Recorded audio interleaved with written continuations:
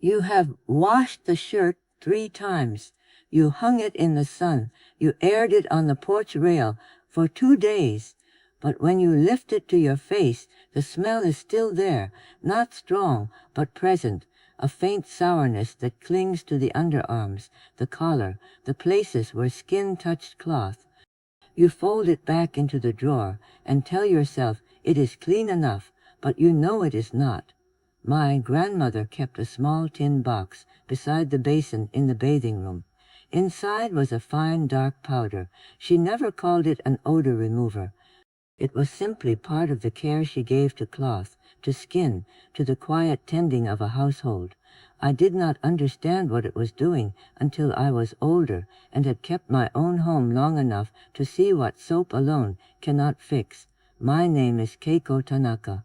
I am 78 years old. I have kept this wooden house in Kanazawa for over 50 years, and I want to show you what that powder does and why the cleaning company selling you scented sprays will never tell you about it. The smell returns because of a compound called two-nonenal. It forms when fatty acids on the surface of aging skin oxidize. It is not dirt. It is not poor hygiene. It is a chemical process that happens naturally as the body ages, most noticeably after 50. Bathing frequency does not significantly reduce non-dull odor because it is caused by fatty acid oxidation on the skin surface. The two-nonenal compound forms from oxidation of skin lipids and continues to be produced regardless of washing frequency, though infrequent bathing may allow compounds to accumulate and intensify the odor. Washing removes what has already formed, but it does not stop the formation. The sprays sold in stores cover this odor with fragrance. They do not remove it. They add a layer of scent over the top, and when that fades, the original smell is still there, unchanged. You smell lavender and staleness together. The bottle empties. You buy another. The cycle continues. The powder works differently. It does not mask. It binds to the odor molecule itself, changing its structure, so it can no longer be smelled. This is what persimmon tannins do. Tannins in persimmon can theoretically bind to two-nonenal molecules to neutralize the odor compound produced when fatty acids oxidize on aging skin. The clinical studies in humans are lacking, but the mechanism is sound, and the practice is centuries old in Japan. My grandmother knew this without naming the science. She knew the powder made the smell go away, truly away, not buried under something sweet. And she knew it worked on cloth that had already been washed and dried, cloth that carried the odor deep in its fibers, where soap could not reach. My grandmother kept a small wrapped bundle in the corner of the bathing room. Inside was a shallow wooden box, and inside that a fine dark powder. She never said what it was for. It was simply there, the way the soap was there, the way the folded towels were there, part of the quiet tending she gave to the household. I watched her dust a little of the powder into the bottom of the laundry basket. I watched her press a pinch of it into the soles of my grandfather's indoor slippers. She did not explain. It was simply something she did, and I learned by watching. The powder was activated charcoal. Activated charcoal has been used in Japanese skincare for hundreds of years to absorb impurities, cleanse pores, and eliminate persistent body odors by trapping odor-causing substances. It was made by burning wood in a low-oxygen environment until only carbon remained. Black, light, so fine it would coat your fingertips if you were not careful. Charcoal's porous structure absorbs impurities and toxins from skin pores where odor-causing compounds accumulate. The surface of the charcoal is covered in tiny pores, invisible to the eye, and those pores pull molecules out of the air and hold them. The odor does not disappear because something covered it. it disappears because the molecules that caused it are no longer free. They are bound to the surface of the carbon, held there, rendered inert. This is not masking, this is removal. My grandmother did not know the word adsorption, but she knew what the powder did. She knew it worked on the smell that lived in cloth even after washing. She knew it worked on the air inside a closed drawer. She knew it lasted, that one dusting could keep a basket fresh for weeks. And she knew this. It cost almost nothing, and it asked nothing of her except that she remember to use it. The industrial cycle is different. You buy the spray. You use the spray. The bottle empties. You buy another. The company profits from your repeated need, and the need never ends because the product never solves the problem. It only delays your awareness of it. The charcoal my grandmother kept did not create that cycle. It simply worked, quietly, for as long as she owned it. I still have that wooden box, and I still keep the same powder inside. The powder you can touch is called diatomaceous earth. It is a fine, pale gray powder that feels like flour when you rub it between your fingers. You can buy it at most hardware stores in America or order it online. It costs about $4 for a bag that will last you months. This is food-grade diatomaceous earth. That distinction matters. The kind sold for swimming pool filters has been heat-treated and is not safe to handle or breathe. The food-grade version is pure and safe enough that some people add it to animal feed or take it as a supplement. Diatomaceous earth is made from the fossilized remains of tiny aquatic organisms called diatoms. Their skeletons are made of silica, and when millions of them compress over time, they form this powder. Under a microscope, each particle looks like a small jagged shell. Those shapes are what give the powder its properties. It is structure, not chemistry, that makes it work. The powder absorbs moisture. It traps odor. It does this because of the way it is built, the tiny pores and sharp edges that pull liquid and particles into themselves and hold them there. You do not activate it. You do not mix it with anything. You simply place it where moisture and odor meet, and it begins working immediately. Dust a light layer into the bottom of your shoes at night.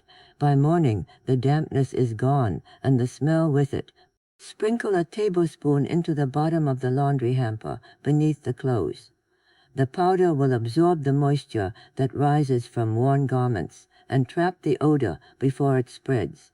Dust it lightly into pet bedding areas, where urine or dander has left a smell that washing alone does not remove. The powder does not cover the odor. It pulls the source of it into itself and holds it there. You will not see the powder working. You will only notice, after a day or two, that the smell you expected to find is not there. I keep a small jar of it beside the washing machine. I keep another in the closet where I store the winter quilts. The powder does not spoil. It does not lose its strength. It simply waits, doing nothing until you give it something to absorb. But diatomaceous earth works best in dry spaces, where there is moisture to absorb, but not so much that the powder clumps and loses its structure. For cloth that has already been washed and dried, for fabric that has trapped the odor deep in its fibers, you need something else. You lift the shirt from the drawer. It is clean. You washed it in hot water, dried it in the sun, folded it carefully. But when you press the collar to your face, the faint sourness is still there, not on the surface, deeper. In the weave itself, where the fibers hold onto what the detergent could not reach. This is the problem with cloth that has been worn many times, washed many times, and still carries the smell. The odor molecules do not sit on top of the fabric. They embed themselves between the fibers, especially in synthetics and tight weaves. Polyester, fleece, the athletic shirts that wick moisture away from the skin. These fabrics trap odor in a way that cotton does not, because their fibers are smooth and close together, leaving little room for water and soap to penetrate. Standard detergent lifts surface soil. It removes the dirt you can see, the stains, the dust, but it does not always release the compounds that have worked their way into the fabric structure. The two-nonenal, the oils from skin, the bacteria that feed on those oils and produce their own smell, these settle deep, and soap alone cannot pull them all out. In Japan, we use rice bran as an exfoliant for the skin. Rice bran exfoliants remove dead skin cells that trap odor molecules and contain vitamin E and fatty acids that help refresh mature skin. The same principle can be applied to fabric. Rice bran powder, when added to the wash, works as a gentle abrasive on the fibers themselves. It lifts the particles and residues that have settled between the threads. But rice bran does something else as well. It contains vitamin E and fatty acids that coat the fabric fibers, leaving the surface slightly smoother, slightly less porous. The cloth becomes less receptive to trapping new odor. The method is simple. Add 1 tablespoon of rice bran powder to the washing machine along with your detergent. For garments that have held odor for a long time, make a paste with the rice bran and a little warm water and rub it into the problem areas, the underarms, the collar, before you put the garment in the machine. Let it sit for 10 minutes, then wash. You will not see foam. You will not smell fragrance, but when you lift the shirt from the dryer and press it to your face, the sourness will be gone, truly gone. My grandmother kept a small cloth bag of rice bran hanging beside the washing basin. She used it on her hands, on her face, and sometimes on the cloth that had been washed but still did not smell right. She did not think of it as a special method. It was simply what worked. There is a Japanese laundry detergent called Attack. Japanese Attack laundry detergent has air injected into its granules to dissolve faster in water, allowing the detergent to begin working sooner. The manufacturer injects air into the granules during production, creating tiny pockets inside each one. When you pour them into water, they break apart almost immediately. The active cleaning agents begin working within seconds. This matters because odor compounds begin to set the moment they touch water. If the detergent is still sitting at the bottom of the machine in a clump, slowly dissolving, those compounds have time to bind more tightly to the fibers. By the time the soap reaches them, they are harder to remove. Standard detergents are dense. They dissolve slowly. You can see this if you watch the wash cycle through the glass door of a front-loading machine. The powder sits in a pile at the bottom, and the water swirls around it, pulling away a little at a time. It takes minutes for the granules to fully disappear. By then, the fabric has already been soaking in water, and the odor molecules have already started to settle deeper into the weave. But you do not need to buy Japanese detergent to achieve the same result. You can replicate the principle with any detergent you already own. Dissolve it in hot water first, in a cup or a small bowl, before you add it to the machine. Stir until the powder or liquid is completely dissolved and the water is cloudy. Then pour it directly into the drum over the clothes. The cleaning agents are now in solution. They will reach the fabric immediately before the odor compounds have time to bind. My grandmother did not have Attack detergent, but she dissolved her soap flakes in a basin of hot water before she added them to the washing tub.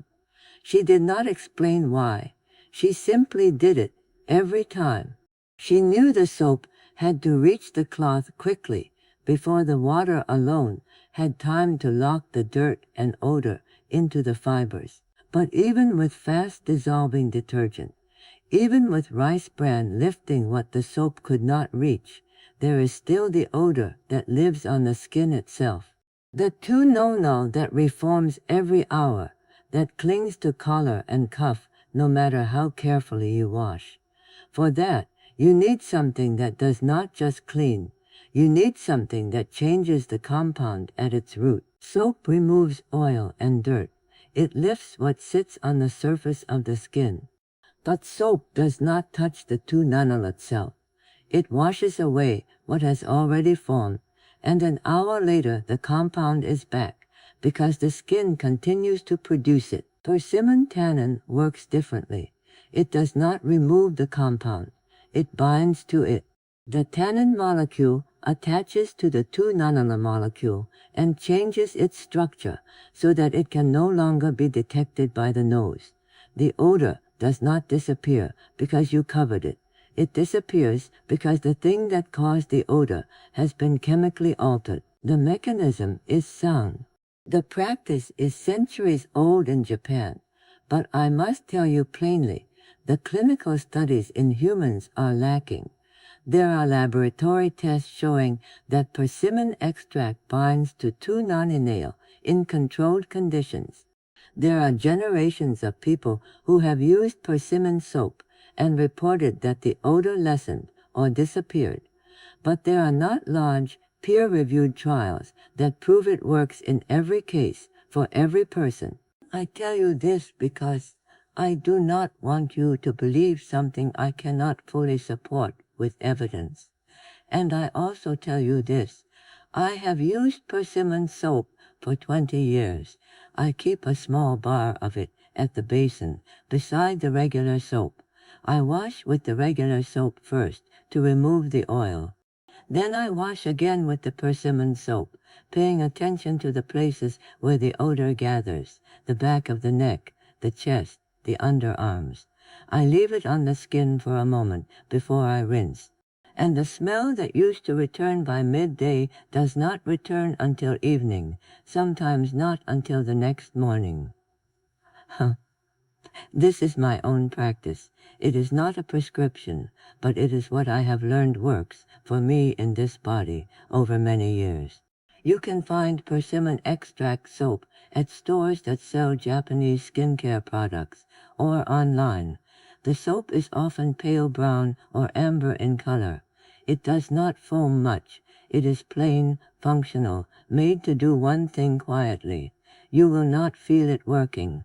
You will only notice later in the day that the smell you expected to find is not there. This is not a miracle. It is chemistry, old knowledge, and patient use. The persimmon does what soap cannot, not because it is stronger, but because it addresses a different part of the problem. Soap cleans the surface. Persimmon changes what the surface produces.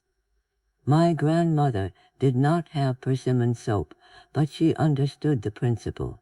She knew there were smells that water and lye could not remove, and she knew there were things from the earth, roots, bark, fruit, that could change what water could not. I hear this objection often. Someone will say, "But Keiko, this sounds too complicated for an everyday problem." I do not have time to think about all of this every time I do the laundry. I understand. It does sound complicated when I explain the why behind each step, but the doing is not complicated. The complexity is in the understanding. Once you understand, the doing becomes simple. Each method is a single step added to something you already do. A tablespoon of rice bran powder in the wash, a dusting of diatomaceous earth into the bottom of the shoe, a bar of persimmon soap at the basin used after the regular soap. You were already washing the shirt. You were already bathing. You were already taking off your shoes at the end of the day. The powder does not ask you to change your routine. It asks you to add one quiet gesture to the routine you already keep. The real complication is not the powder. The real complication is the cycle you are already in. You buy the spray. You spray the shirt. The smell returns. You spray it again. The bottle empties. You go to the store, you spend $12 on a new bottle, you bring it home, you spray the shirt again. This is the cycle, and it never ends because the product does not solve the problem. I had a friend who resisted for months. She kept buying the enzyme spray. Then one day she tried the activated charcoal. She dusted a little into the bottom of her laundry hamper. That is all she did, one dusting, and then she forgot about it. A week later she opened the hamper to add more clothes, and she realized the smell was gone. The sour, damp smell that always rose from the pile of worn garments, it was not there. The hamper smelled like nothing, and she had done nothing to maintain it. She called me. She said, "It is easier than the spray." And she was right. It is easier. Not because the powder is simpler than pressing a trigger, but because the powder works, and the spray does not. And when something works, you do not have to keep doing it over and over.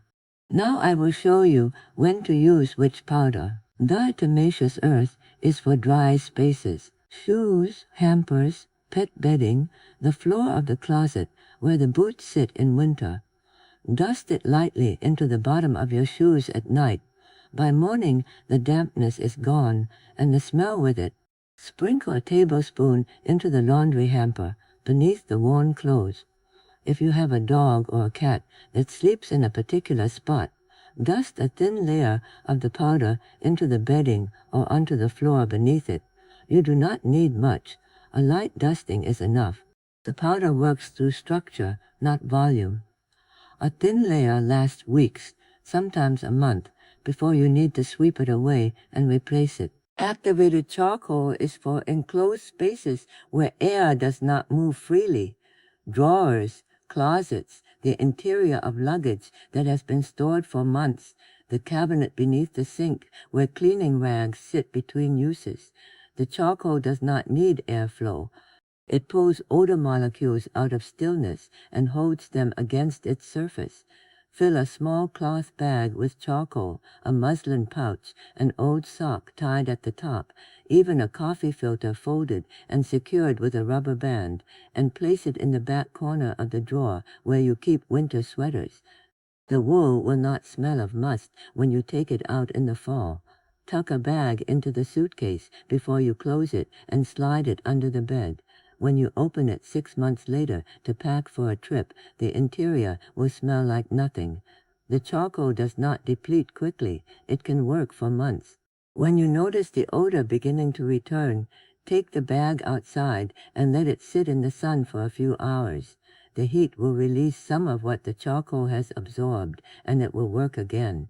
Rice bran is for the wash, especially for garments that have been laundered many times and still hold odor deep in the fibers. The athletic shirt that smells sour the moment you begin to sweat. The pillowcase that carries a faint staleness even after it has been dried in the sun. Add 1 tablespoon of rice bran powder to the washing machine along with your detergent.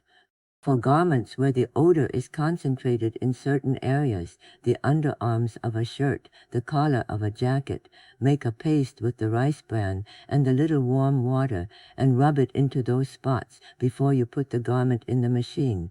Let it sit for 10 minutes, then wash as usual. Persimmon soap is for the body, for the odor that lives on the skin itself. The two-nonenal that reforms every few hours, no matter how often you bathe. Use it after your regular soap, after you have already washed away the oil. Lather the persimmon soap in your hands and apply it to the places where the odor gathers, the back of the neck, the chest, the underarms. Leave it on the skin for a moment before you rinse. The tannins in the persimmon will bind to the odor compound and change its structure. You do not need all 4 powders at once. I did not begin with all 4. I began with the charcoal, because that was what my grandmother kept. Later, I learned about the diatomaceous earth, and later still, the rice bran and the persimmon. You can do the same. Begin with the one that addresses the source that troubles you most. If the problem is shoes, begin with diatomaceous earth. If it is a drawer that smells musty, begin with charcoal. If it is a shirt that will not come clean, begin with rice bran. If it is the skin itself, begin with persimmon soap. Use it, watch what it does. And then, if you need to, try another. But you may find that one is enough. Stop the odor at the source, and the rest becomes easier. This is not about perfection. It is about understanding what causes the odor you do not want, and using the simplest tool that addresses that cause. My grandmother did not own 4 powders. She owned one, and she used it well, and that was enough. The powder in the small tin box was not medicine. It was not a remedy. It was care made visible. That is what my grandmother understood. She understood that the smell was not the problem itself. The smell was the sign that something had been left unattended. A garment worn too long without proper tending. Skin that had aged and needed a different kind of washing. A drawer that had been closed for months with no thought given to the air inside. The powder did not fight these things. It simply restored what had been quietly lost, the dignity of a clean shirt, the comfort of a room that does not announce what happens inside it. She kept that tin beside the basin, not because the powder was precious, but because the care was, the tending was. When I open that same tin now, I do not think about odor molecules, or tannins, or the pores in a piece of charcoal. I think about her hands, dusting the powder into a basket, into a shoe, onto a cloth. I think about the quiet she kept in that house, the way nothing ever smelled of anything but wood and clean cotton, and sometimes the faint bitterness of tea. It was not effortless. She worked, but the work was so small and so steady that it looked like no work at all. That is what this powder is. It is the work that looks like no work because it is done before the problem becomes large enough to name. You dust it once and it works for weeks. You wash with it once and the smell does not return for days. The house simply smells like less, and your clothing simply carries nothing, and you move through your days without the small, constant awareness that something is not quite right. That is not a luxury. That is dignity. And my grandmother knew it could be kept with a powder that cost almost nothing, lasted almost forever, and asked only that you remember it was there. To use the powders, diatomaceous earth goes into shoes and hampers at night, a light dusting.